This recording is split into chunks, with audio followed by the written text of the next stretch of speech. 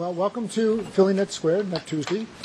My name is Seth Horowitz, and we have Don Lafferty as our featured speaker, which we'll be hearing from in a moment. How many folks have been to Net Tuesday before? How many people haven't? Just a test. Okay. About 60, 40. Okay, so just very quickly, I know this is a repeat for some of you. There are Net Squared groups around the world. They are all affiliated to some degree with TechSoup Global, which is out in San Francisco, the technology provider for nonprofits, though there's no formal ownership or chapter sort of relationship, and so they tend to differ. In our instance, we think of the Net Squared group as looking at trying to use the social web for social change, as broadly defined as that is. And the main way in which we do that is with these Net Tuesday events, which happen on the first Tuesday of every month. On the second Tuesday, which is a week from tonight, we'll have a planning conference call that people are invited to attend and join with. We also have a website that some of you might be familiar with, and a Google group that gets some action in terms of announcements, questions, and other sorts of things that listservs tend to do. As I said, we do this once a month. This is our last year of activities. You can see a variety of different topics and a couple of themed sessions, such as crowdsourcing change, which we'll be doing again in a couple of months. And if we look forward to what's going on, as I mentioned, a week from now we'll have a planning call. If anybody's interested, please contact me. That's my email address, or you can just see me, and I'll give you access instructions. And then we're also excited to have Amy Sample Ward here next month on April 2nd. I'll say a little bit more about that. And we're working on a program on May 7th for content management for images.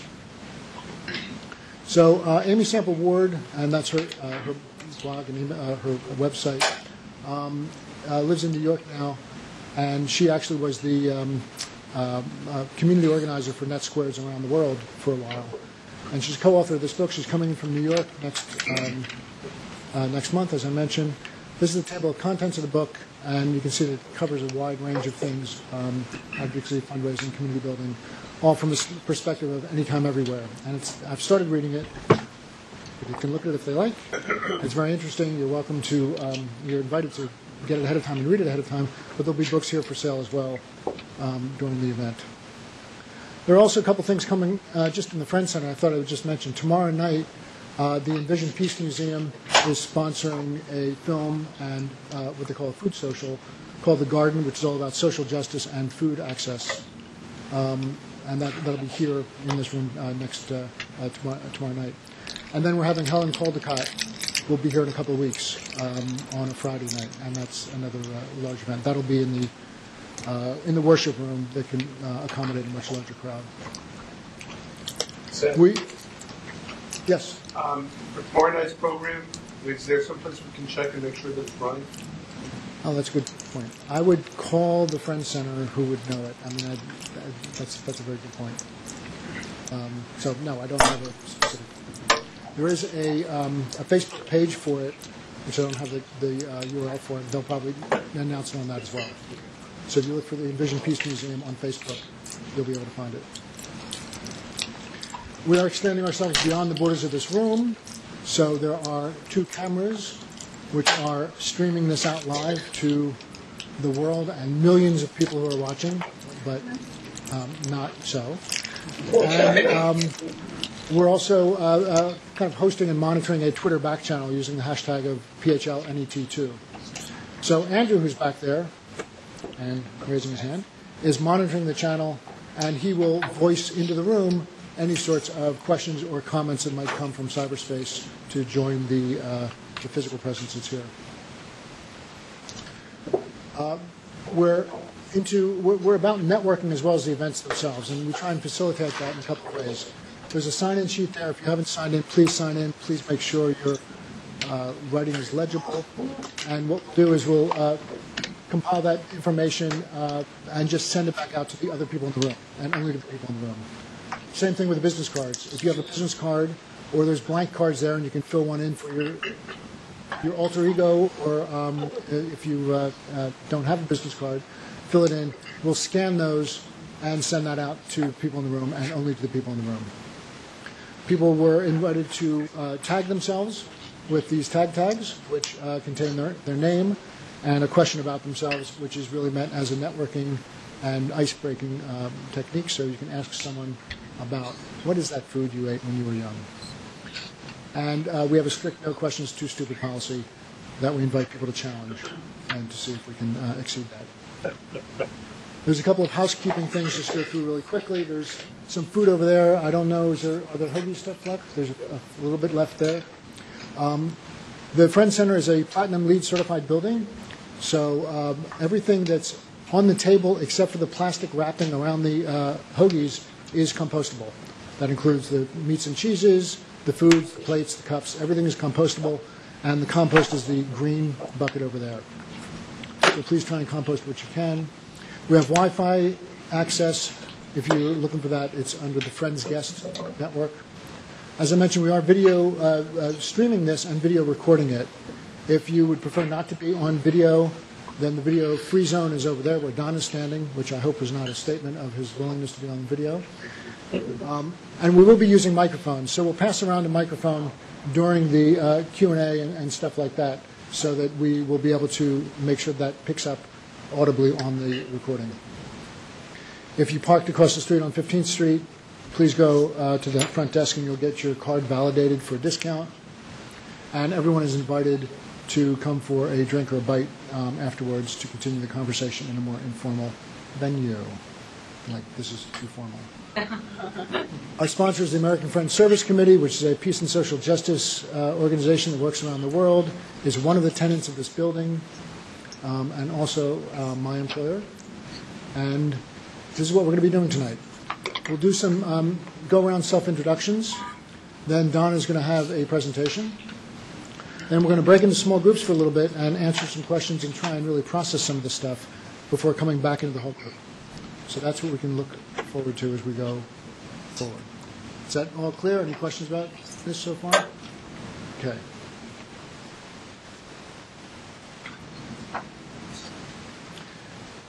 So I'm invited to introduce yourself, and optionally, if you have, if you think that for your organization or some organization with which you're affiliated, you have clear and measurable objectives in the social media component of your overall marketing strategy, that's a yes or no question. And if yes, are you able to articulate it in a brief statement? This doesn't mean you actually have to articulate it, but you're invited to. Obviously, it's optional. So we're going to pass this around. Please wait for the microphone and speak into the microphone. Again, my name is Seth Horowitz. I work here at the American Friends Service Committee in the area of knowledge management. I work with our intranet. And I had not actually thought about this question before Don sent it over, because I don't really deal with the outward-facing aspect of the American Friends Service Committee. But I do deal with the intranet, and I think that what I'm going to be doing is trying to look at these principles from the perspective of trying to market it to the internal audience, which is not something that I've thought carefully about, and I'm hoping I'll get some hints about that. Hi. I'm David Saul. I'm with Omicron Development. We're a consulting firm, specializes in SharePoint. We do work for both profit and nonprofit organizations. And as far as thinking about some of these measures, I'm actually here because I want to understand a lot more about what my customers are really looking for. I'm more on the technical implementation, and as opposed to the strategy of what they want to do. Once they know what they want to do, I know how to make it happen. Hello, everybody. My name is Latanya, and I'm an intern in the marketing department with Mural Art. For the first question, I would say no, because what I want to know is more about the measuring, like how do you measure your strategy to make sure it's an effective one. So I think we have some ideas that are kind of clear, but it's not measurable. Good evening, everyone. My name is Tamwa, and I'm representing Pomosa International, which is a nonprofit doing Christian outreach and community development work in Malawi, Africa. And no, we do not have a clear or measurable objective for social media, aside from the fact that we want to utilize social media. We want to, we don't want to be behind, and we really feel behind right now. But yeah, so that's That's our objective. Thank you. Hi, I'm David Calloway. I'm an IT technical writer, currently between assignments. Let's see. I don't have an organization to have clear, measurable objectives for at the moment. I'd love to, but I want to learn more about social media besides being a participant in it. And brief statement, articulate the work I've been doing. It's gotten difficult to articulate anything that I don't receive from somebody else in a requirements list, so I can't say. Hi, Mitch Collier with Information Ventures.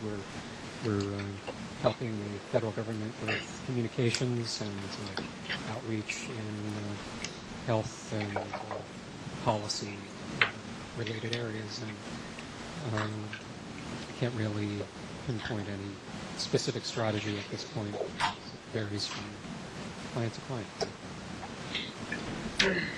Hi, my name is Mimi Chang. I'm from Night Kitchen Interactive. Excuse me. And we don't really have a marketing strategy right now, which is one of the reasons why I'm here. But there seem to be so many great conversations going on Twitter and Facebook among our competitors and clients that we just really want to be a part of them. My name is Kathy McCose. I'm also with Night Kitchen Interactive, and I've been handling some of the marketing stuff at the company for a few years, but as Mimi was saying, we don't really have a good strategy in place for our own content, even though most of our clients come to us for social media and websites and things, and most of our clients are cultural organizations. So I would say the only measurable objective would be putting out social media that is not entirely self-serving, but also demonstrates what we want to do. I am Barry Becker with Primitive World Productions, and we create videos for a lot of nonprofits in the region who we hope have clear, measurable objectives for their videos, and we're just starting that process ourselves for our own company. So hopefully a month from now we'll have a real clear answer for that question. I'm Michael Schweisheimer. I'm also with Primitive World Productions, and you already answered that stuff.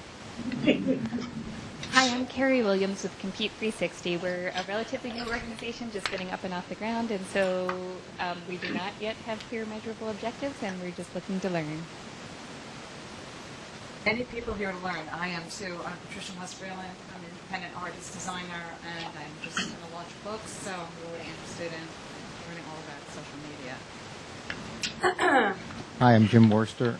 Tonight I'm with Time Bank Media, and I'm a Time Bank coordinator, and we have ideas about our social media marketing strategy, but we have really no clue. I'm Nani Dutton, and I'm actually a member of the AFSC Corporation, and this weekend was the annual meeting of the AFSC Corporation, and the main focuses was how do we engage the wider Quaker community and engage Quaker meetings that maybe have lost sight of what the AFSC is doing, and how to do that with social media. Hi, I'm Karen. I'm a student intern with the Earthquaker Action Team. We're the non-violent direct action Quaker-based organization. And I'm just getting started on their social media work, so I'm excited to work with them to figure out what their goals are.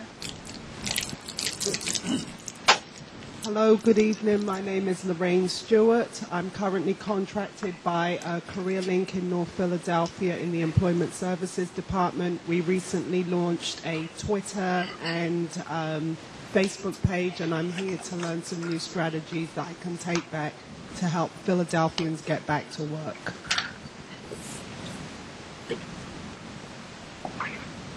Hi, my name is Gershon. I'm from Kirkwood Camp in the Poconos.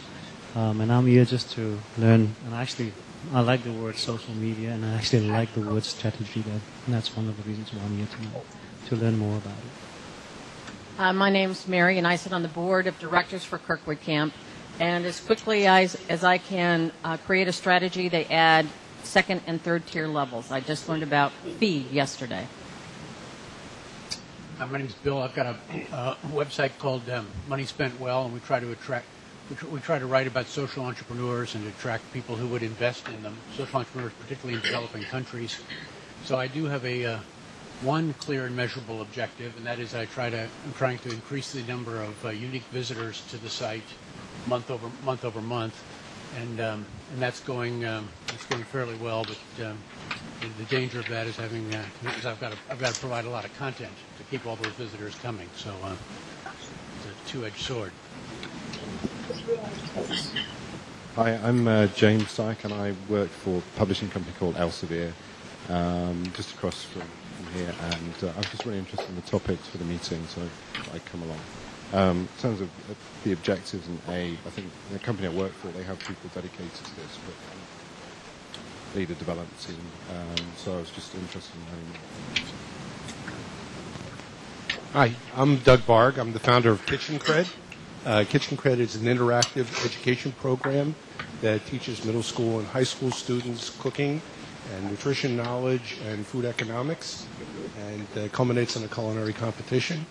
And I am quite certain that once we have our overall marketing strategy in place, it will include measurable objectives for social media. Hi everyone, I'm Samit Malik with the South Asian American Digital Archive, and presented last month at the crowdsourcing change event. So I want to thank all of you who were there last month for your helpful advice and suggestions. I think as an emerging nonprofit, our social media strategy is sort of twofold. One is thinking about how social media can help us really enable growth for our organization, and the second is how social media can really enable those around the country, around the world, to feel connected with the work of the archive. Hi, everybody. My name is Rabia Sayed, and I'm a consultant with .org Consulting, which is a consultancy that specializes in fundraising systems and constituent management. I'm also a volunteer development advisor for the South Asian American Digital Archive, so I work with SAMEEP. And as the primary development resource right now, my interest is in using social media to speak to our donors, and also converting people who follow us on Facebook and Twitter into donors.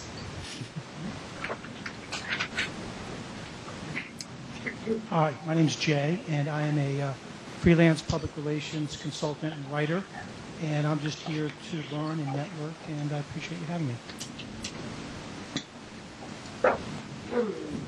Hi, I'm Val Chavinson. I am also freelance for the time being. I work most recently for two sister nonprofits, the Center City District and the Central Philadelphia Development Corporation. I'm actually recently invited to be on the board of directors for a nonprofit called Live Connections, which is affiliated with the World Cafe Live. So I'm here for multiple reasons.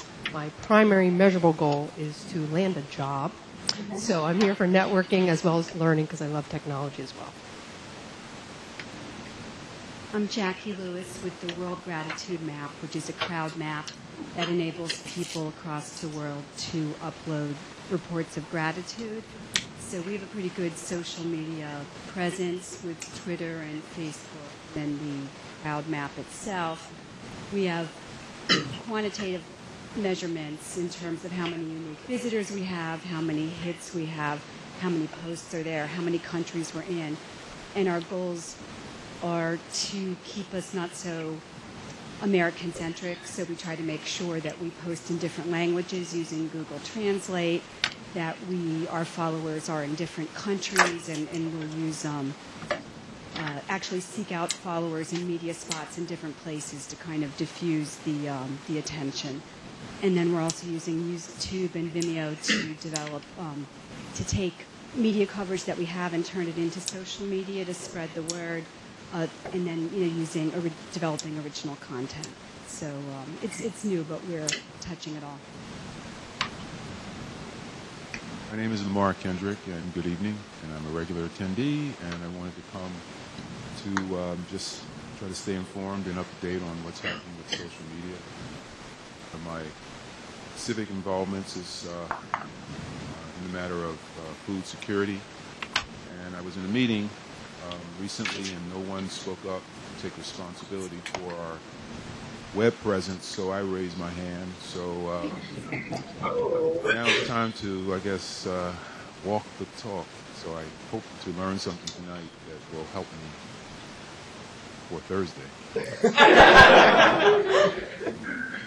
Well, I'm also here to learn. My name is Michael Burnside, and I'm with the Quaker Worker House. And I'm also here to learn and to enjoy myself among a company of good people. Hi, I'm Annie Henwood. I'm a marketing intern for the Friends Center. I'm mostly here to convince my supervisor that social media is worthwhile. If I had the chance, I think I would have pretty clear objectives because I'm already active on social media just personally. But I mean, it's worth testing to see actually if I do know anything.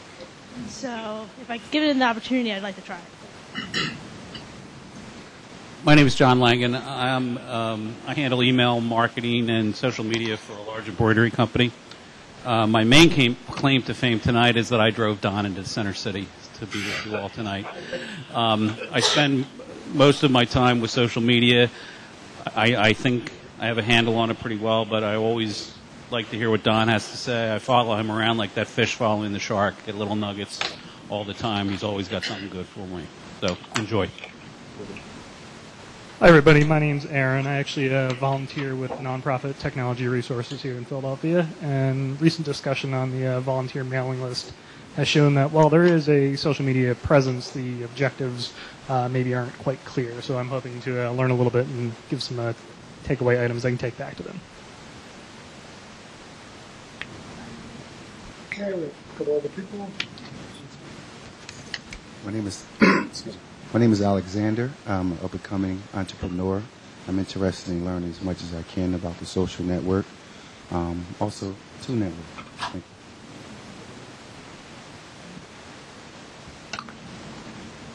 you. Hi, everyone. My name is Andrew Sather. I'm the voice of Twitter today, as Seth said. And I also work for a private law library in Center City called Jenkins Law Library. And we do not have a social media strategy written down. However, one thing that we do well, I think, is that I have trained all of the management to on how to use different tools online to track what people are saying about us on popular listservs that attorneys are part of, as well as Twitter and then Google, as Google indexes new things about us. So I feel like we've actually done a great job addressing people's needs when they reach out. And we don't necessarily, though, have a specific strategy for reaching out ourselves. So it's kind of become incumbent on our members to say something before we speak up.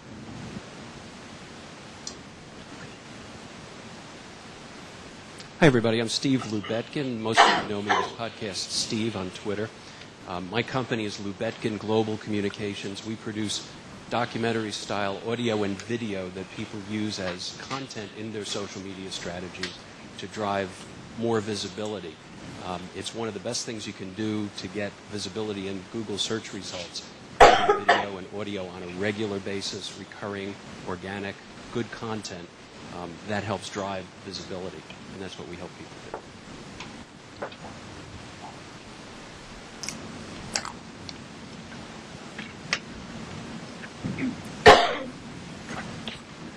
Hi, everyone. My name is Ivanka. I'm with the Occupy movement, and I would say yes and yes to both questions because we were just listed for Fast Company, which tracks the hottest, most innovative things out there for 2012. They listed the Occupy movement on page 12, right after Apple.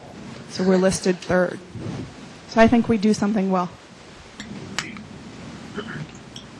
Okay, well, anyone else we missed or want to say anything else?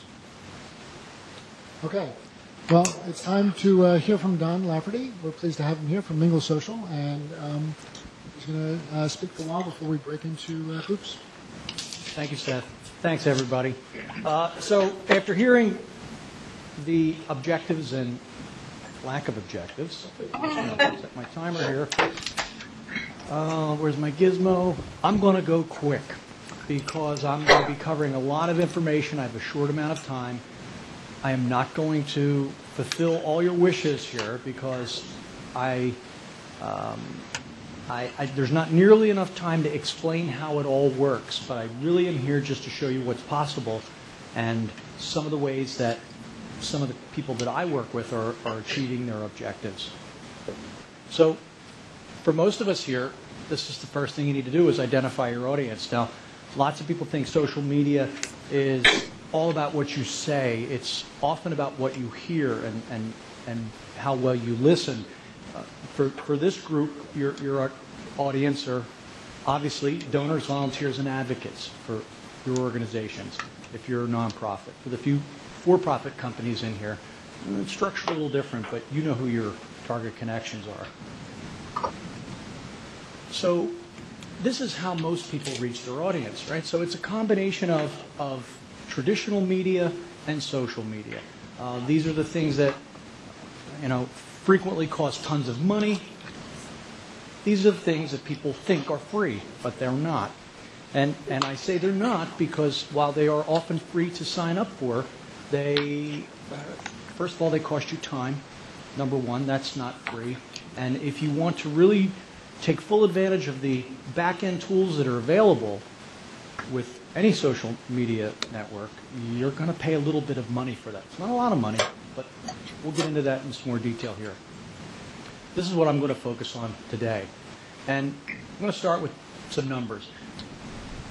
This is mind-boggling information, obviously. They get a lot of data when the Pew does their studies, so I'm not going to go through it all. I'm just going to hit some highlights, and Seth will have a copy of this presentation. If anybody wants these numbers, you can have them for yourself. And obviously, they're public anyway.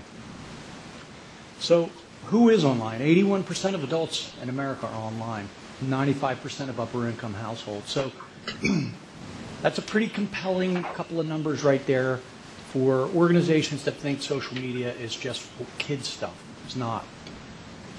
And this is what they're doing, looking for information. I mean, whenever anybody does anything anymore, whenever they look for goods and services or they look for the things that interest them, it starts with a Google search. Almost 97% of the time it begins with a Google search. As Steve mentioned, video is compelling. 71% of people go on and watch videos. I mean, YouTube is the number 2 traffic search engine and part of the number 1 traffic search engine. So, and 70% of people are social networking. In a typical day, this is what people are doing with their time on the internet. Let's see how this, there. That's not a small number either. People say that email's dying. That's a bunch of crap. Email's not dying.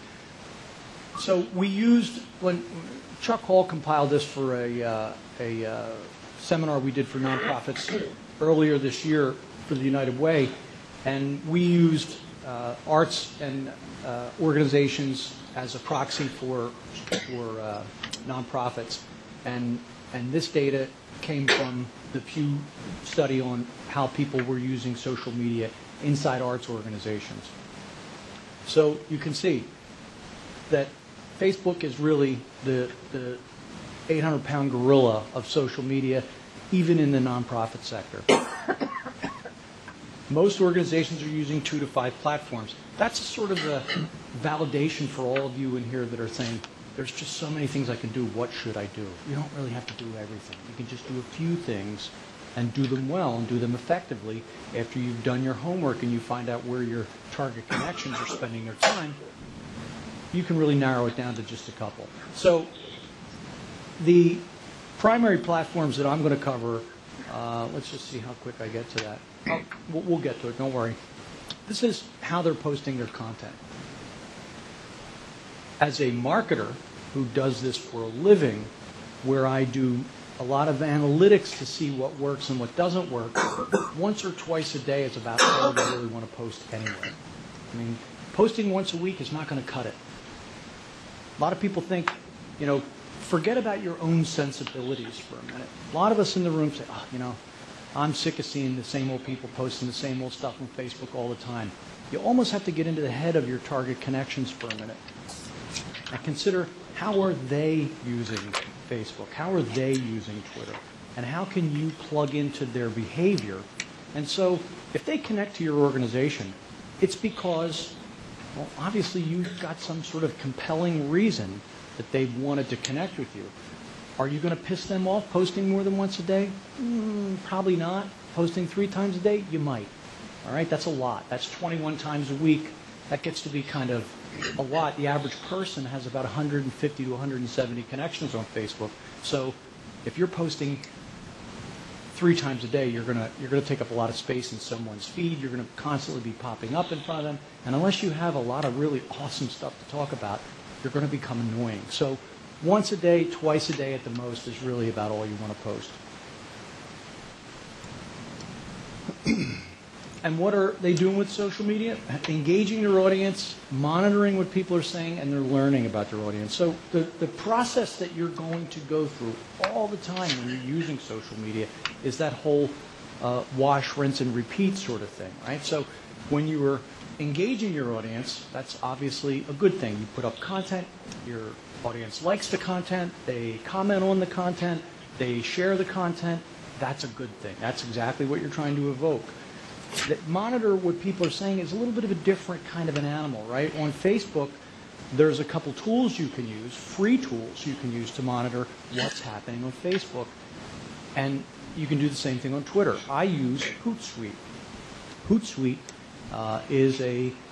it's free it's a web-based application. You sign up, you connect your Twitter account to it, you connect your Facebook account to it. I think you can connect your Google Plus account to it. Now, I'm not sure about that, but I think you can also connect your LinkedIn account to it.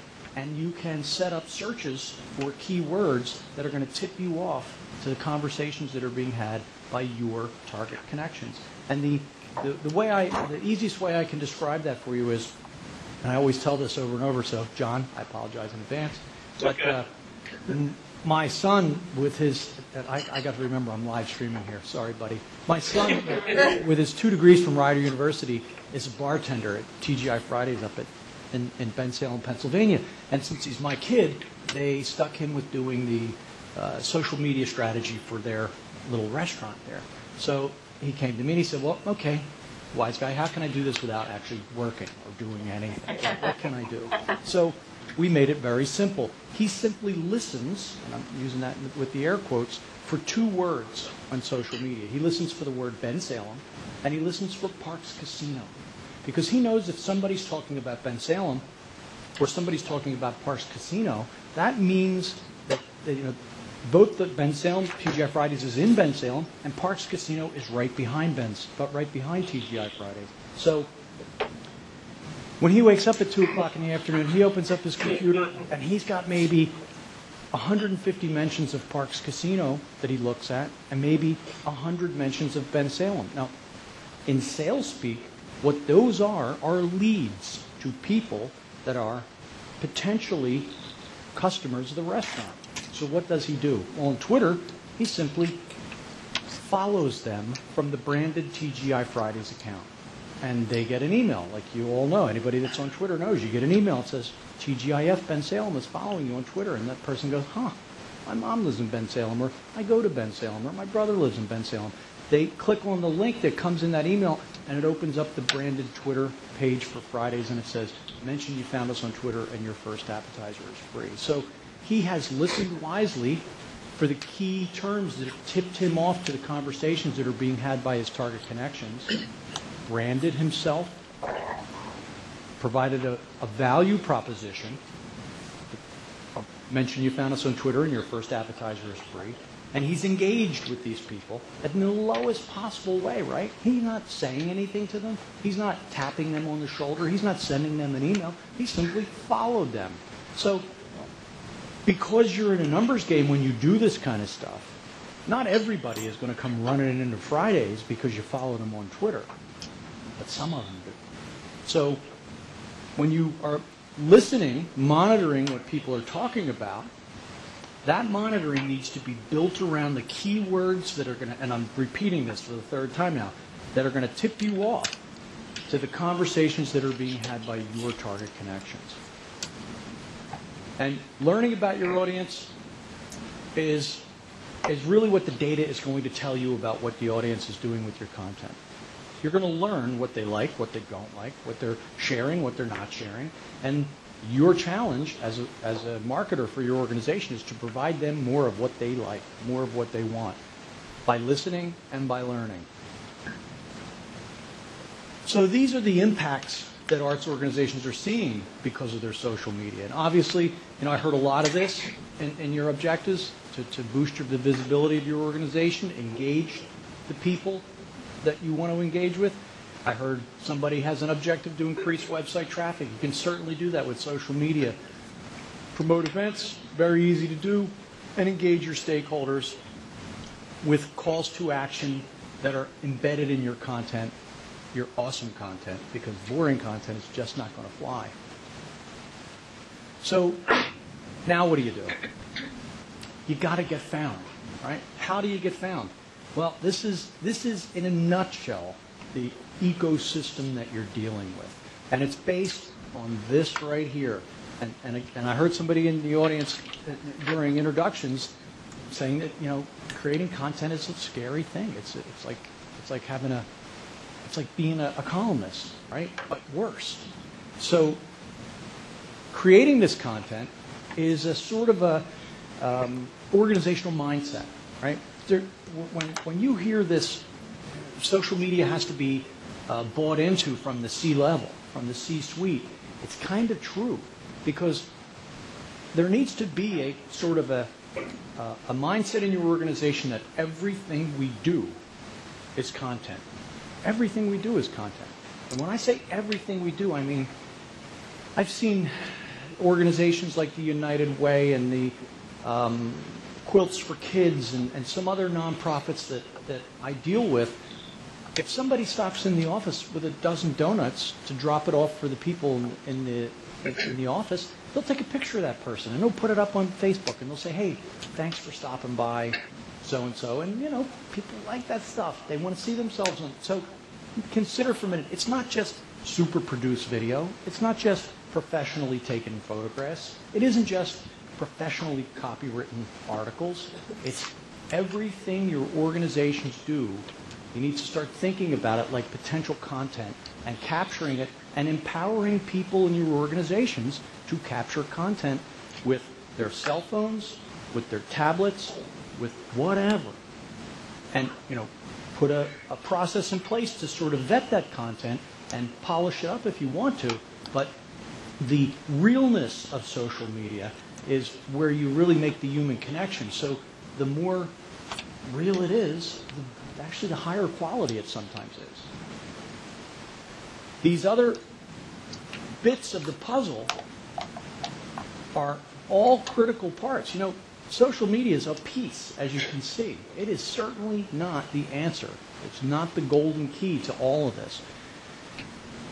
Social media will improve your SEO, but not unless you have good content. Email marketing will improve your engagement and conversion, but not unless you have good content.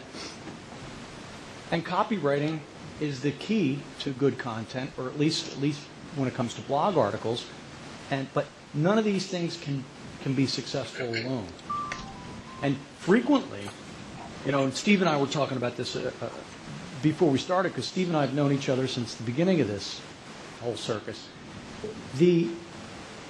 People would implement bits and pieces of social media. They'd say, oh, you know what, I got to get on Facebook. I'm going to do Twitter for my company.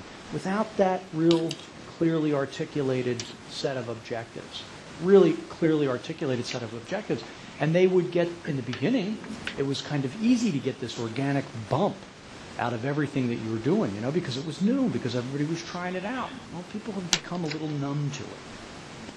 And your ability to break through the clutter of social media has become more challenging. And so now, having clear objectives and a sort of a strategy based on content, targeting the right people, and tools to sort of back it up is really necessary if you want to really drive desired outcomes using social media. So it all starts with your website and your organization, and you build this internet footprint. And that's kind of what it looks like. So, obviously, the book, Twitter, YouTube, LinkedIn, and Google+. Now, this is not all of them. As I said, some organizations might be able to use Pinterest. I heard there was a couple of food groups in here. Food does well on Pinterest. There are other things. There's a nonprofit called Charity Gift Mart that does a lot of jewelry. They do microfinancing for people in countries where they make jewelry and clothing, and Pinterest works great for them. So I'm not omitting it because I don't think it's worthwhile. I'm trying to simplify it because most people don't really have an application for Pinterest in a social media, especially in a nonprofit environment. This over here is your database where you store emails. Now, when you've got all this built, there's a certain dynamic that has to be implemented or it will not work. And that's this. Everything has to point back to your website. If you get somebody's attention in Facebook, I'm a social media mercenary. I don't care about the kumbaya. I don't care about, friendship, yeah, that's awesome. But really, real friends are the people that you see every day and the people in your family, and maybe not, but But in this environment here, we're making connections for lots of different reasons, right? So if somebody comes to your organization's Facebook page, they may like it. That'd be great. That's not really the goal, is it? We're not keeping score of how many connections people have on Facebook. We're keeping score in donations, in volunteerism, and in advocacy. So to get them to your Facebook page is step one. Getting them back here where you do business is critical. If there's no real call to action or no linkage back to where you've got all your authority, thought leadership, where you articulate your value to the world or to the community, it's sort of all for nothing. So all these places, you're really just trying to get people's attention for the 9 seconds that they're going to give you, 8 or 9 seconds, long enough for them to click where they get back here, where you've earned maybe another 30 seconds if you're lucky. And in that 30 seconds, you have to give them such a compelling proposition for engaging deeper with your organization that they do one of two things. And this is the mercenary in me coming out. But when they get here, you want them to do what you want. That is, either give you money, volunteer, or find out how they can advocate, or you want them to give you their email address so you can stay in touch with them over the long haul. You want them to give you that email address. It's critical. When they get to your website, what are they going to find? Lots of times organizations think their website has to have every scrap of information has to be accessible on the homepage. Consider for a minute that you have the unique ability with social media to drive people to specifically design landing pages based on where they found you and what you were saying when they found you. Think about that for a minute. So if you are trying to get donations, you might have a landing page specifically set up. Say you have a Twitter account, and that Twitter account, your goals are in Twitter that you are going to drive donations. You're going to aim for driving donations. Then the link that you put in your Twitter profile should be a link back to a landing page where people don't have 50 choices. They don't even have 3. They have 2. Donate or give me your email address. If you're looking for volunteers, you drive people back to a page that's set up for volunteers. Enter your name and email address to volunteer or sign up for our newsletter. Even better, offer them something for their email address and you will drive up the number of emails you get. When I say offer them something, I mean, most of you in the room are dealing with little or no budget, right? So it's not like you can give out a Wawa gift card or something like that, but you might be able to give out a free white paper that really articulates what work you're doing in the community, whether it's a local flavor or it could be, a free download of here are the top 10 things you can tweet about us if you really want to give us a hand. There's lots of different ways that you can engage your communities because remember, they're there. They've given you that attention, small though it may be, for some reason. There's a reason. You need to take advantage of it while you have it because you're probably not going to get it back again. And you got to get that email address. I'm going to repeat that about 1,000 times. So the reason that you should have a blog, number one, it's content. Number two, it's search. Improves your SEO. It also articulates everything your organization's about. Doesn't have to be long. I mean, I'm not here to talk about, the art of blogging. I'm just simply saying, do it. Figure it out. There's tons of books about it. There are lots of experts about it. There's tons of websites you can go visit to get best practices on blogging. But you can see the dramatic impact that having a blog can have on your relationships with your target connections. It's impossible to ignore. If you don't do it, you are giving up this ability to have this much more action with the people that are coming to visit your website. So this is how people share stuff on the internet. Look what's number one, the dying email. Now, what's interesting about this is 25% of all the content that's shared on the internet, every link, every joke, every video, everything, 25% of it goes through Facebook. And it's still only the number 2 way that content is shared. Email is number 1. So if you are not capturing emails, you're missing out on the most shared way, or most used way people share content on the internet. And when I say share, I mean, I got an email from, one of my favorite authors.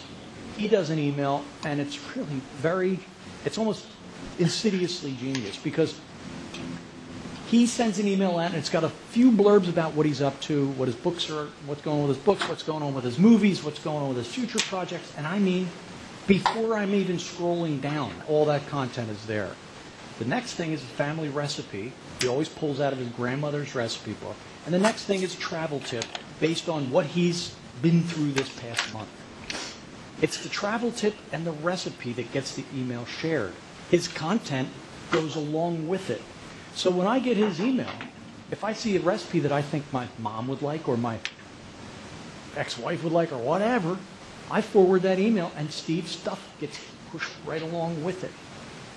And I know that some of those people just sign up for that email, and now they get it directly. So use your email to extend the reach, but not because, remember, nobody cares about your reel. I mean, don't make the mistake that anybody really cares about what you're doing.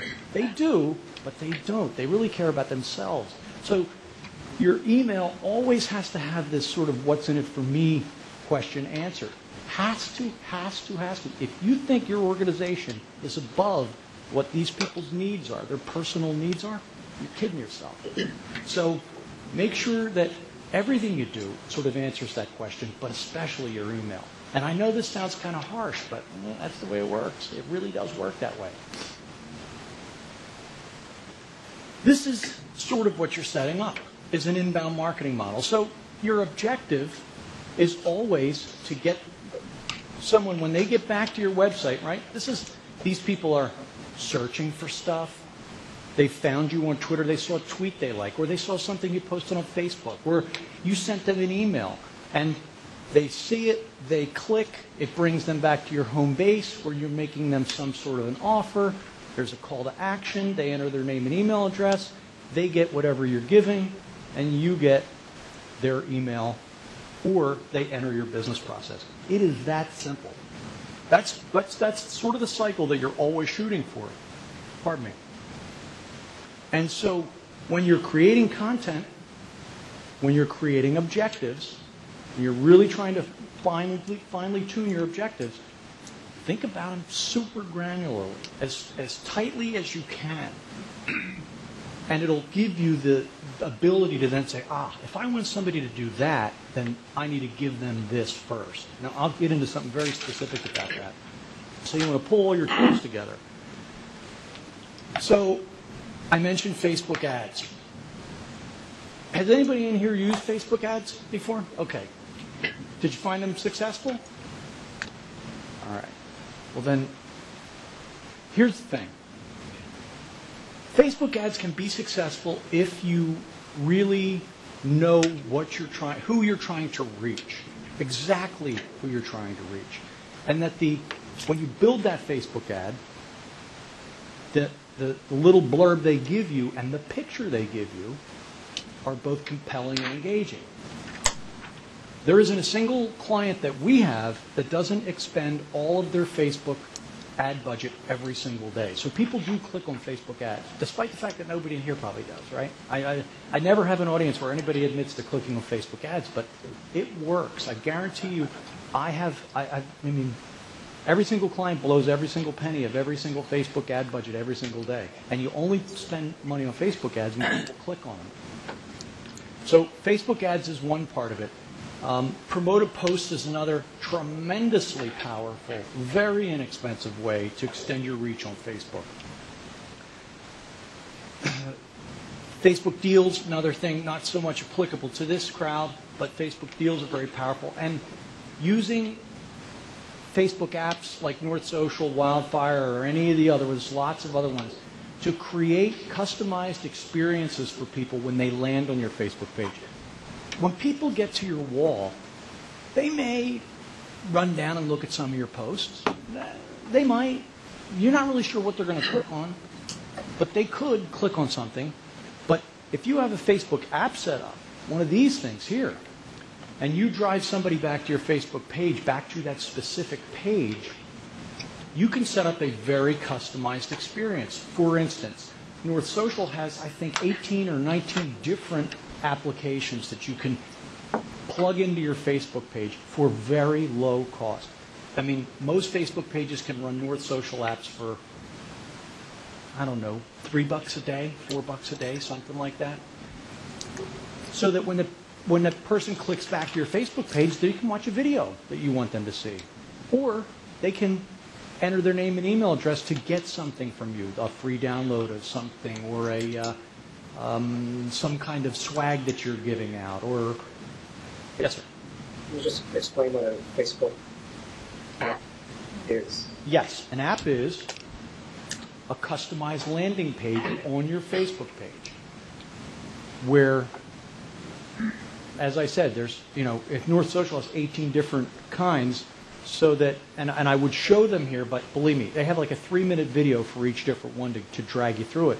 But it's a customized experience so that when someone comes back to your Facebook page, they're not faced with all this different choices of what you want them to do. You are basically funneling them into a specific piece of conduct, the very specific behavior that's designed to help you achieve whatever your objective is. In this case, it would be to harvest their email address, because just having a Facebook connection isn't as valuable as it used to be. There was a time when if you had 1,000 friends on Facebook and you posted something, you could be pretty sure that most of them were going to see what you posted. But because of Facebook's changed the way their internal, what they call EdgeRank algorithm, so that the average 1,000, if you have 1,000 connections now on Facebook and you post something, you're lucky if 100 people see it. Facebook has artificially depressed the number of people that can see your posts because they want you to promote that post for money. That's how they drive their stock. Well, trying to drive their stock. And I'll show you that in a little bit. So, and it's all sort of, at the center of it all is your email marketing. Whatever email marketing platform you use, they're all awesome. So, establishing your objectives. Now, most of the companies that I work with, this is their number 1 and number 2 objective. That's it. But when I talk a little bit about thinking more granularly about your objectives, right? I have a client that this is what his objective is. Now, that's pretty darn specific. If he wants to connect with women of that age within 3 miles of Yardley, Facebook will let you do that. You should explain what he does. He sells ice cream, right? So this is an ice cream manufacturer that's on site at Shady Brook Farms, right up there in Yardley, and he knows that it's these moms that drag their families to his window to buy his ice cream. It's not the dads; it's the moms. The dads have to ask the moms. So That's a bad thing. It means I'm running out of time already. So the most compelling thing about this is that there are 226,100 women that fit that profile. So consider for a minute, if you are able to really articulate who your target connection is on Facebook, and you build an ad that really, I mean, if you get in the back end of Facebook and you start building ads, you can see, I mean, I heard a guy recently proposed to his fiance on Facebook, and she was with a Facebook ad, because you can target somebody based on one criteria, their name. So consider that for a minute, the power of being able to really target people like that. You certainly can. I mean, I've got clients that target people based on their birth dates and all kinds of crazy things, but their hobbies, the books they read, the movies they watch. Think about it for a minute. People fill their Facebook profiles with all the stuff they love. So if you know, well, people that deal with us, they really listen to this kind of music, or they really like these kind of books, well, then it's a red flag that you need to just sort of target. And this is what the ads are going to look like. Facebook ads, and the great part about these kind of ads is this is called a sponsored story. So this guy's running this ad, he's got the crazy looking ice cream cone, and mom and daughter having a great day at the ice cream place, talking about what the value proposition is. But down here, this is what's powerful. It's telling me that my buddy Ron Musser likes this ice cream. And I think to myself, like, boy, if Ron likes him. I mean, there was a lot of that going on during the presidential campaign, where you would see your friends liked Obama or your friends liked the other guy, So, I'm forgetting. Oh, Tom, that's it. So, but that's the power of the connection that Facebook sees between all of us, and it lets you, as an organization, imagine your organization saying, if you have 100 connections on Facebook and you're thinking, oh, I'm languishing here, I can't get any more connections. Well, you buy some sponsored stories, ads, and all of a sudden those 100 people, all their friends are going to see that, they like your page. Now, remember what I said, the average person has 150 to 175 connections. So you have just taken, with Facebook ads, your 100 connections and blown them up to maybe 1,700, 1,500, something like that. And as each person likes your page, the ads go out to a bigger and bigger and bigger circle of people, all connected by the same things they like, same value systems, things like that. So they're very powerful. And this is what happens to a Facebook when you turn those ads on. So this is what happened with the Uncle Dave's page. We turned those ads on, and look at the jump in total weekly reach. Tremendous impact for a little bit of money. I'm talking about $100 here, American. Not a lot of money. This was the jump. Are you able to track them? Pardon? Are you able to track the coupon? Yes, you are. Yes, you can. Well, what you can do is, in this case, what we did was we required to redeem the coupon, you had to print it out and bring it in. Right. Nothing easier than that, yeah. Right. Yeah, there's an autoresponder attached to it, and I'll get to that in a second. This was the resulting number of new connections that he got over the short period of time that it was, I think it was $100 over, $100 for 2 days, so it was $200 total. He got that many new connections, and in this case, each one of those connections turned out to be an email. So there's 204 new email addresses he got in the short period of time that we ran this particular campaign. Now, you all know what a new connection means to your organization, what the average cost of acquisition is of a new donor or a new volunteer or an advocate. There are financial figures attached to all these things. Whether you guys have that figured out or you don't, there is. So what Dave did here was forget about paying us, because it wasn't, because I'm assuming everybody in here is going to do it themselves. For this kind of, 204 new email addresses, he spent essentially about $230. So that's kind of, when we talk about budgeting, if you're going to dip into the big pool of fish that is Facebook, 175 million Americans on Facebook, you're going to pay about anywhere between $1.50 and $2.50 per email address to build your list up.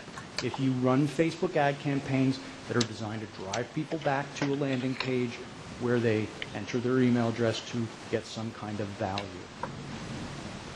So that's how you build one of those kinds of campaigns. And again, Seth is going to have this for everybody that wants it, so you don't have to scribble this out. But sending out the email blast is a pretty important part of it also, because his mailing list at the time was about 600 people.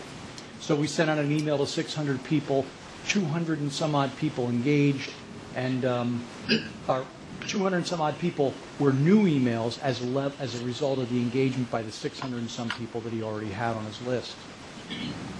So I talked about who sees your post. So here's a page with 2,800 connections. And you can see 149 people saw that post. So Facebook really does dramatically push down the number of people that are going to see the stuff you post. You could be posting the most awesome stuff in the world, and people just aren't going to see it. This shows, 149 people saw it. You can see that when you cursor over that on your own Facebook page. So when you promote a post, that's what happens. Dramatic difference, right? So we promoted this post here for $20, and instead of, and same number of connections on the page, but how many people saw it? 11,650 people saw that post for $20. Kind of worth it, especially if there's a call to action. Now, this particular one was a promotion that they were running with a local, almost like a deal of the day kind of website in Scottsdale, Arizona, and everything drove back to a landing page where people had to sign up to get a coupon to get a special deal for a facial. That's how this worked. But what I'm here to tell you is a little investment on Facebook in these kinds of tools will go a long way. So this is sort of what email shows you. For those of you who don't know, email allows you to see these email marketing programs, and this one's Constant Contact, allows me to see what percentage of the people opened up my email when I sent it. It allows me to see how many people said I was spammer, how many people opted out, how many people opened it, and so on and so on. If there were links in the email, it tells me who clicked on what, so I can give them more of what they want. Now, this was for an event, so it's not like I'm going to be recycling this to give them more content. But if I was running an organization or I was doing it for a specific business, I would be putting clickable content in my emails so that people would self-identify what they were really into. So, again, if you're an organization that is looking for donors, volunteers, and advocates, you might put 3 pieces of content that would resonate with those 3 kinds of people. Send out your email and see who clicks on what. Because this kind of an email marketing program will allow you to, if I click on that 2 right there, it'll tell me the 2 people that clicked on that link. So if you're putting links in your emails, people click on them, you can identify them as, all right, these people all click through to the volunteer stuff. So we're going to give them more volunteer stuff. We're going to create a sub-list, and we're going to fire more volunteer opportunities at these people here. What that does is it drives up this number right here, the open rate. These emails right here were sent to a very broad, very general list. This one here was sent to a very specific list of people. And you can see the dramatic difference in open rate and conversion. Yes? Does having a lot of links in your emails make it less likely or risk that they'll get blocked as spam? Yes. Well, anything over 2, and a lot of email clients will bump you into spam, right? So, I mean, that's a risk you sort of take, but it's something that you can. There are ways to experiment with that and play around with that, where you send emails with 1 link to your list just to see who's opening it up, and you can play around with that to find out if that's really limiting your accessibility. And so, as your leads come in from all your activities, this is what you're going to see. All these things present you with opportunities to further your objectives. The automation tools I already mentioned, Hootsuite, but there are so many. And I definitely recommend automation. Some of them are kind of pricey. These guys down here are very pricey. Everything else, this is free, this is free, this is free, this is free. Well, this is not free, but it's low cost. That's low cost. That's free. Very high cost. Very high cost. And there's lots of others. So, Seth, we've come to the point where you get to juggle people around. First of all, thank you for running through that so quickly.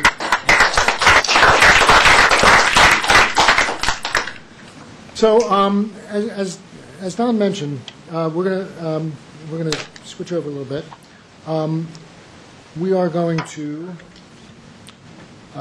move into the small group portion, and we're going to do that for about 20 minutes. And here's what we're going to be doing. We're going to be breaking into 4 small groups.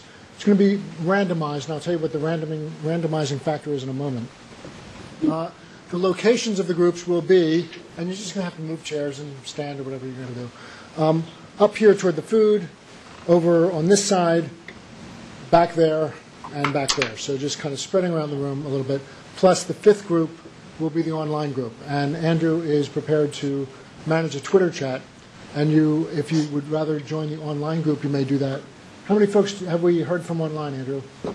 Oh, 2. A few. You may join a few people if you like. The questions, as Don mentioned, these are basically the same questions. These are something you can address within your group. Make sure that however many people you have in your group, you leave enough time during these 20 minutes. And what are the most effective channels you currently use with for your target connections? Which ones do you think really hold the most potential? And does your organization, or do you think your organization should, and in what way, have a content creation strategy wrapped around the objectives and desired outcomes? So what we're going to be doing is, as I said, breaking up into those 5 groups. You can self-select if you want to be in the online group as well. And the grouping, we're going to do this in, we'll have a very subtle way of keeping time. So the sooner you can get into your group, the more time you'll be able to have. And then we're going to come back into the larger group for questions, answers, insights, and other sorts of things to pick more of Don's brain and stuff like that. So the criteria for the randomizing factor is your birthday. And for those people who are born in January, February, and March would meet over here. Those born in April, May, or June would meet over there toward the food. Those born in July, August, or September, back there where Mary is. Or those in October, November, or December, over there. So you have 20 minutes starting now. Okay, folks, let's regather. Other organizations. And other people will have a chance to probe Don's mind.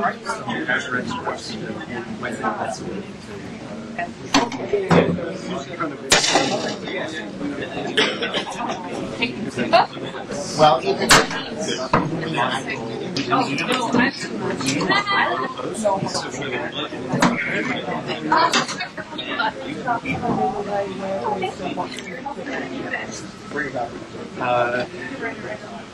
I'm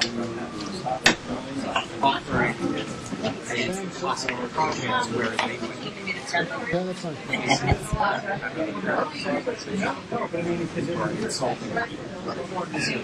Anybody else that wants to read this? Okay, so the first thing I'd like to ask is we're going to be using the mics, as I mentioned, so that we can try and make sure that people are audible on the stream and on the recording. So if I could have 2 people to volunteer to run the mics around.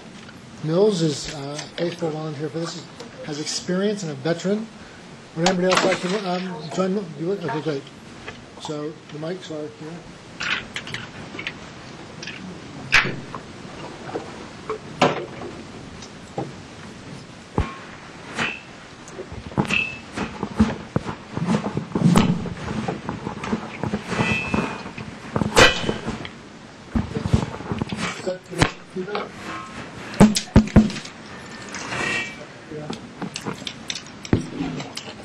Okay, so at this point, it's basically an open discussion. People can ask Don directly questions. You can share some insight you gain from the small group. Or share. Have one off. Turn off. So think about your question for a second.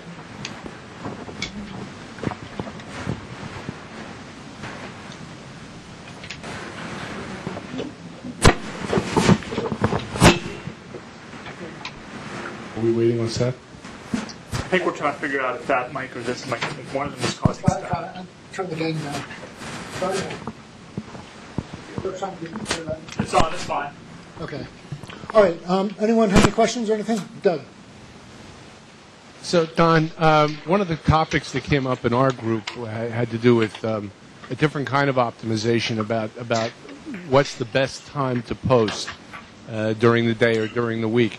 Do you have any suggestions for us on how we can go about, depending upon what our target audience is, who our target audience is, figuring out when we should schedule our posts? Well, when in doubt, I ask Google, right? So although there have been lots of experiments done to answer that very question, the answers change from time to time, right? So social networks are much more, especially Facebook, a lot busier on the weekend. You get a lot more traction on the weekend than you do during the week. But Twitter's a little different than Facebook. So the best advice I can give you is to Google, take the question you just asked me and drop it in Google and put as many operators as you can in there about your demographic that you're shooting for, and you might get an article that somebody's done the actual data, has the actual data that has done the research. Does anyone else in the room have any insights or issues about that, Mary? Yesterday, I think it was on the internet, they said that the most pictures are posted to Facebook on Monday at 2:46 or 2:48 p.m. Eastern time. Thank you.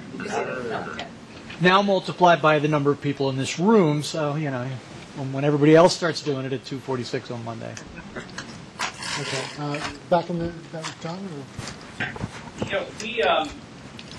With our customer base, I asked a lot of questions. We put out a couple surveys to see when they're using social media so we could decide what's the best time to reach them. So we asked our own customers. So, because I think it changes too quickly. If you talk to 5 experts, they're going to tell you probably 4 or 5 different best times to post. Well, and there's 6 people in my family. We all look at it at different times. I mean, my kids aren't looking at social media at 6:30 in the morning, but I am, and I'm not looking at it at 2 in the morning, but they are, So it all depends really who you're trying to hit, with what kind of content. Okay, Michael. In your presentation, you gave a talk about your son and his little business model you set up, and you said he listens to this 100, 200 with a casino, and I don't actually know what you mean by the word listen, because later on you said you automate as much as you should. Right. So is his listening automated, or does he actually sit down and... No. Okay. So when I say listen, I mean he's loading key terms into Hootsuite. Hootsuite is the tool, the free tool that we set up. And Hootsuite will let me listen to for whatever word I want or word combination I want. And it will be monitoring that even when I'm not around. So when I turn it on later and I open up my Hootsuite and I look in that column, which has been created for that search term, there all the mentions will be. Yeah, I guess my point got lost in my question. My point is, if it's all automated, why does your son have to do anything? Why can't he just have Hootsuite go ahead and email the people that are on that list? I mean, why does he have to interface with it at all? Well, that's a good question. So he could. There are tools that will allow you to automatically reply to somebody that's connected with you on Twitter, but they're considered less than best practice to use things like that. So, again, the real juice in social media is the social part. So if you're using an automated system to respond to your connections like that, I mean, I know how that makes me look at the person. I mean, this day and age, if you're using an auto reply on your Twitter, you're not getting it yet. You're not really you haven't figured out what the real juice is, what the real connection is there. So what he has to do is engage. And the engagement part is very personal. And so that is the glue that really makes it work. So that when he looks at, now again, he's doing it at a very low level. So all he's doing is following them. He's not engaging them with a message or an email or a direct message because they followed him. Actually, you can't send someone a message unless they're following you. So none of these people that are making these mentions are following TGI Fridays. He's simply hearing that they're talking about Ben Salem, so he follows them from the Fridays account. They get the email that says Fridays is following you, and they put two and two together and go, oh, wow, I was just in Ben Salem, or I live in Ben Salem, or whatever. So that engagement part, you can't automate that, really. Yes? Okay, Just to echo that point about an advantage of engaging, our small group talked about the hashtags on Twitter. And I know when we started, we thought we knew what that hashtag would be. Our product is gratitude, so we put gratitude, grateful, thankful. Well, it turned out by listening and observing, there was something, people were using a hashtag, happy news, to signify the exact thing that we were looking for. We just didn't know that it was called happy news. So that let us get to the next point, and by searching for that, finding a market that we didn't know existed.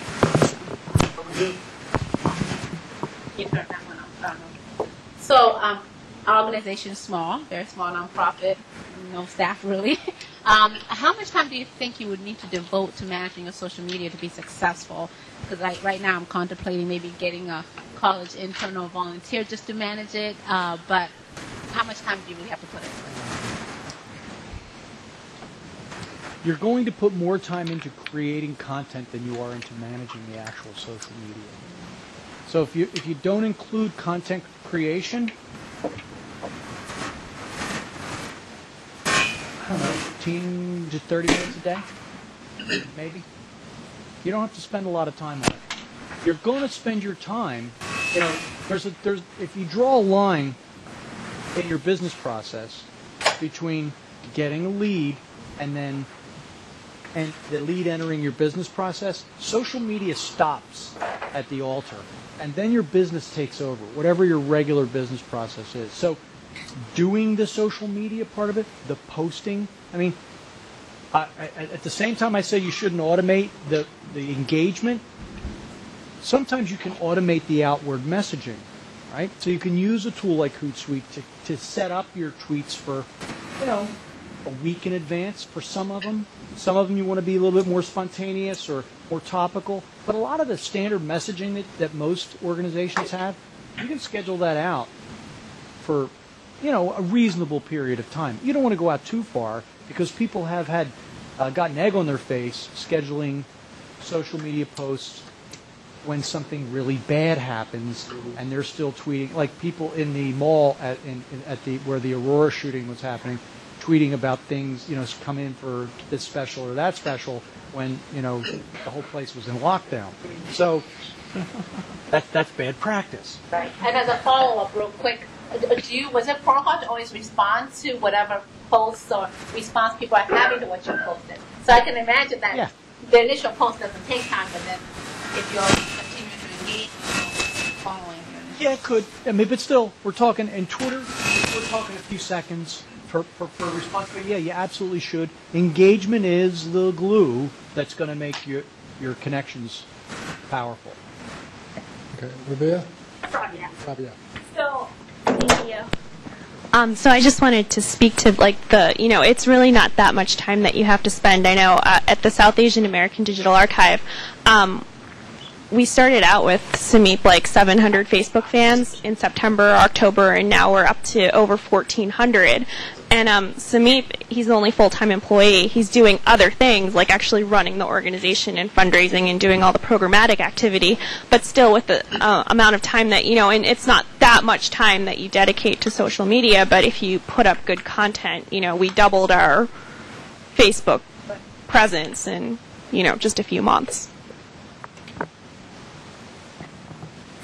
Over there. I'm wondering for our audiences, whether they are for a nonprofit or a company, how personal do they want these connections to be?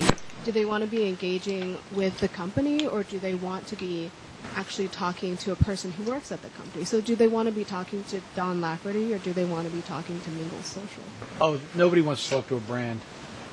Nobody. So that's why when you're building your internet presence, your profile picture should be real people, not branded, not logos, not. I mean, you can position your logo somewhere in your profile, but it should be somebody's responsibility to be the face of the company, the face of the organization, the social media person. Even if a lot of organizations will do it, like Dell was the first one to do it, where they trained 500 people in their organization to tweet at will.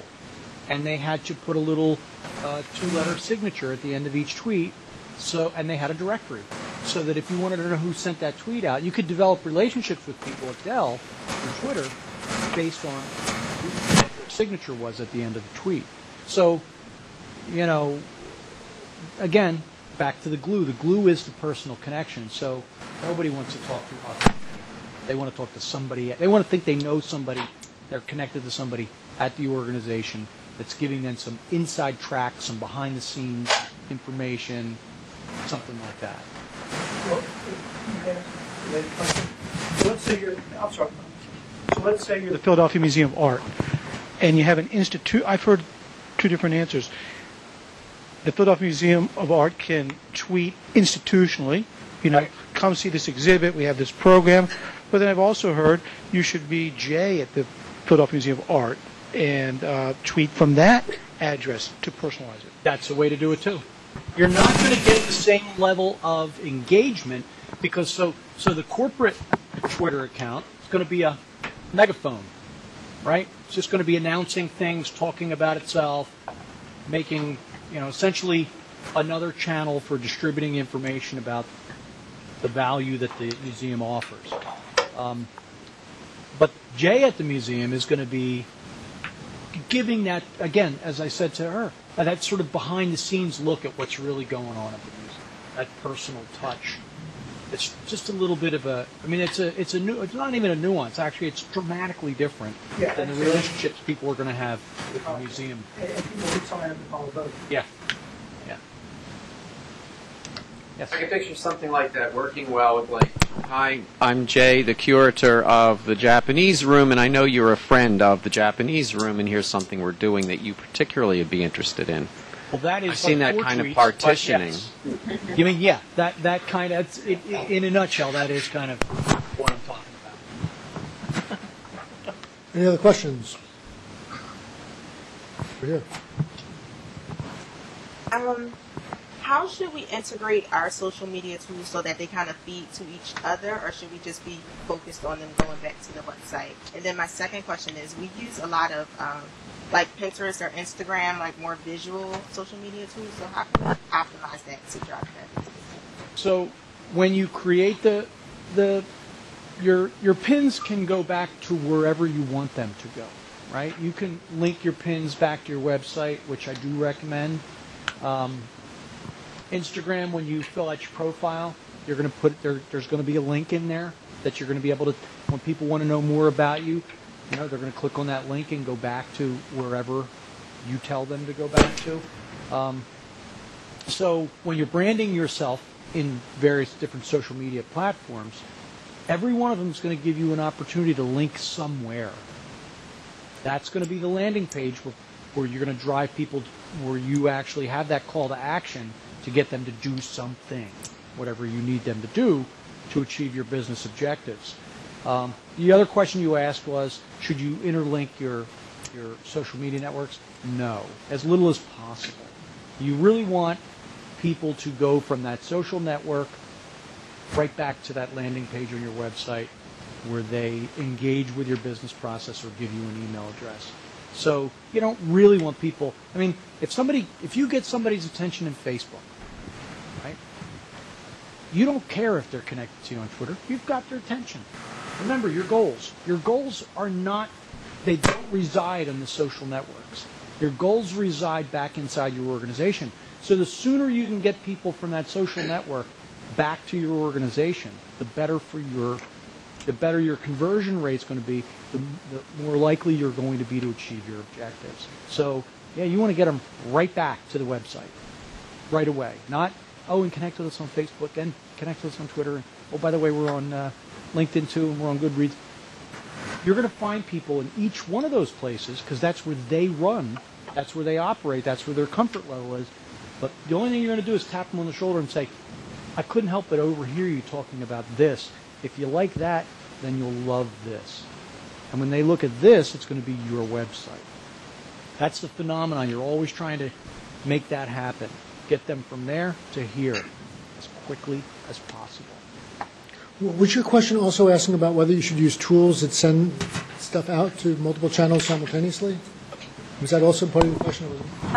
Just kind of the integration overall, because some people are on multiple ones, so I didn't know if they should kind of, if the goal is to bring everybody back to the website or kind of engage them to look at other. I mean, I think what Seth is asking is sort of, yes, you can post to multiple social networks using certain tools. But the way that those networks are set up, like, you're not going to put a tweet, some people do it, where they'll send a tweet out and that tweet will land on their Facebook page too. And they'll use, and the hashtag and everything will go through there. The @ symbol and everything will go right to their Facebook page. And you can tell that that's an automated thing.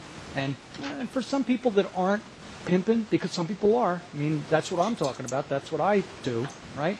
I'm trying to really personalize the message based on the platform that it's going out into. So I want to, for instance, if you're going to post something on Facebook, post a picture or post a video. Don't just post a status update. If you want to get people's attention, you want to post a photograph that's at least 400 by 400 because it fits nicely in the space, and then put a little call to action on that post. Check out this thing we did today. Click here for more information. And that click takes them back to your blog where there might be a 200-word article about what you did that day related to the photograph. And if you want to become involved, this is how you can become involved. Does someone have a mic over there? Don, I just wanted to follow up on the comment you made before about Pinterest. You said that you can link it to any place you want. Yes. Is that regardless of the origin of the content? So, for example, I'm looking at our Pinterest page now, and I've got an infogram here. Can I take out the link that takes it back to the origin and put it to our website? No, you could, but you could take the infographic itself and put that on your website with attribution, and then pin that. Okay. I mean, as long as you're giving attribution, the internet and social media is all about getting your content shared. Whoever built that infographic, yeah, they want you back on their website. They don't really care how you get there. As long as you're giving attribution, they want you to share that. They want the people that know you to share it, and they don't really care how it happens as long as the end of the path leads them back to their website. Guy Kawasaki, who's he does it all the time. All the time. I mean, his Holy Cow blog is all about giving you the first 200 words of an article and then linking you back to the source piece. Right. Okay. Yes. What was the term infographic? Infographic means?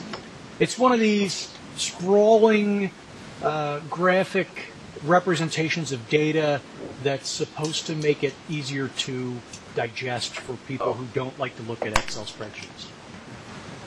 Okay. Looks like pie charts. Yeah, looks like all manner of. There's lots of different creative ways to illustrate data. A graphic that conveys information instead of just a narrative. Think USA Today. Yeah, right. Good example. Other questions? Johnny, you have questions? I want to say one thing. About Hootsuite, I use Hootsuite mostly because Don told me to. But I found one of the limitations is that it really is built for Twitter. So you have the character limit and certain other things with the hashtags and the addresses that are specifically for Twitter. What I do is I'll craft something for Facebook, flesh it out in many more characters, put the link in there like that, schedule it through Facebook because it has the scheduling for your company page, and then I'll leave that alone. Then I'll bring it to Hootsuite, and I have to bring it down to into the character limit, maybe put in a few addresses versus links. It's work, but Hootsuite doesn't work for all that stuff. It actually works okay with Google Plus, though. Yeah. Yeah. If you want to use Hootsuite for that. But the cool thing about Hootsuite is the scheduling of the content. But you can do much more information on Facebook because it allows you to expand your thoughts a little better. That's why we just do it twice. Questions, comments? Part of the ignorance. What's SEO? Search engine optimization is the art of putting content on a website that enables it to be found for the reasons that you want it to be found for. And it's a lot more technical than that, but that's essentially what you're trying to do. Question was not too stupid. Anyone else want to try for our no questions too stupid policy? Now's a good opportunity. Test the limits. Test the limit. There's another opportunity. I'm trying. This is more to everyone. You mentioned earlier that you kind of survey your users to see how you want to receive information. Has anybody else done that, and how often do you do it? What kinds of questions are you asking to kind of see how to reach the people that you're trying to reach? If anybody has any experience with that. She failed. It wasn't stupid. No, I work for an organization, as I mentioned earlier, that had my constituents were they were a very specific demographic. They happened to be a little bit older. And part of my process when I would meet with them about other business-oriented questions, I would ask them those questions because we struggled with knowing, we were just doing email. Or it was actually related to in-person meeting as well. We wanted to know what was a good time for them. And I don't know about you, but I got across-the-board answers. Some people preferred reading things early in the morning. Some people preferred meeting early in the morning. It was a little frustrating because I was getting actual legitimate answers of people's preferences, but it didn't help us make a decision about what was best. It was what the president wanted to do. So that's what we're.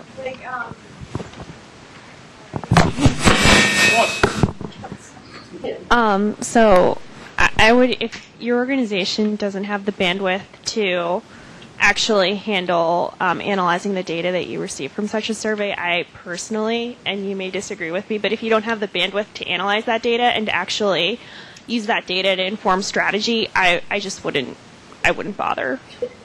I think that's like social media 3.0, that kind of survey. I agree. I mean, believe me, I don't.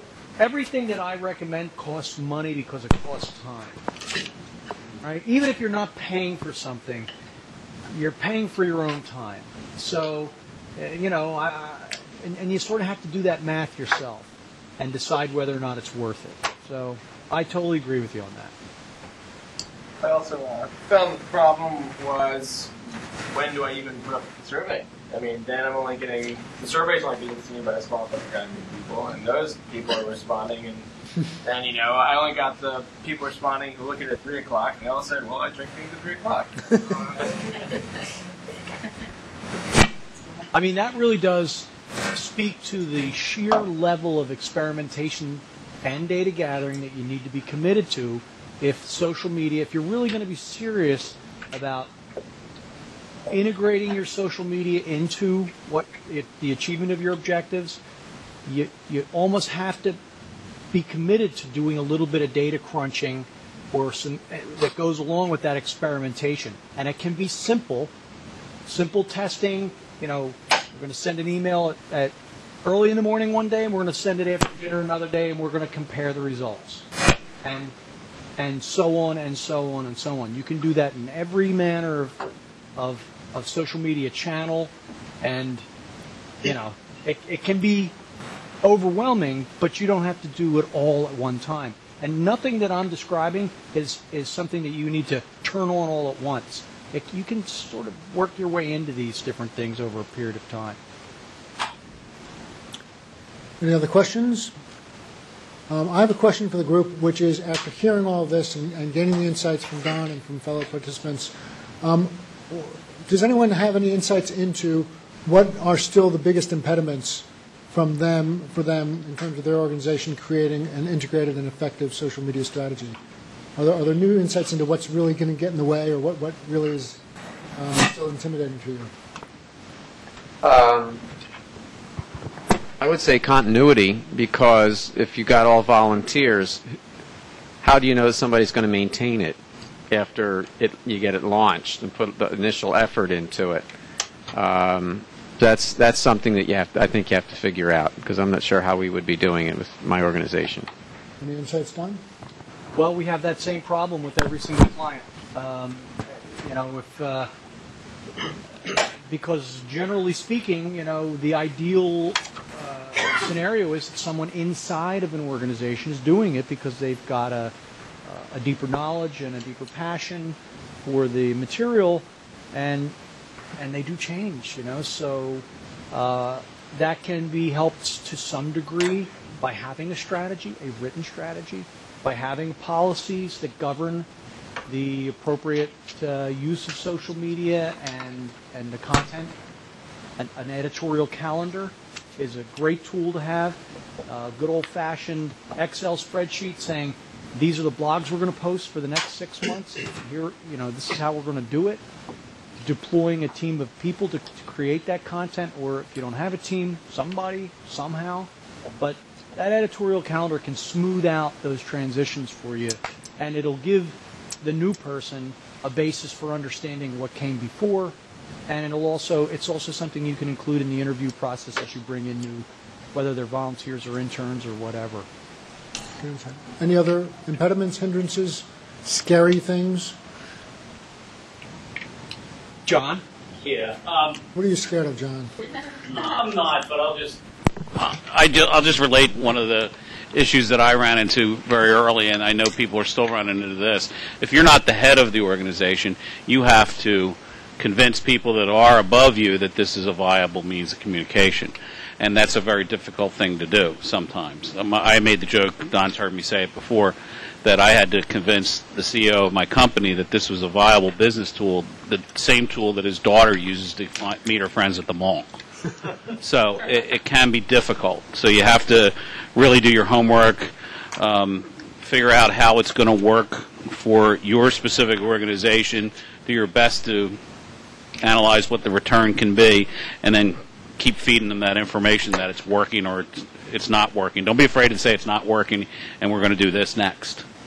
But when people are first starting to do it, that's a very common thing I hear.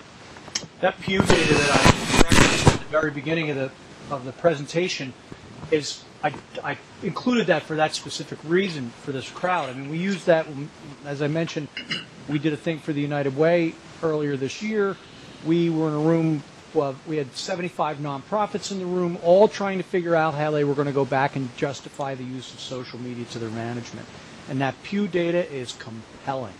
If the data wonks in your organizations that need justification or need to know why they need to do it, that data is the story. Sorry, did you say Pew data?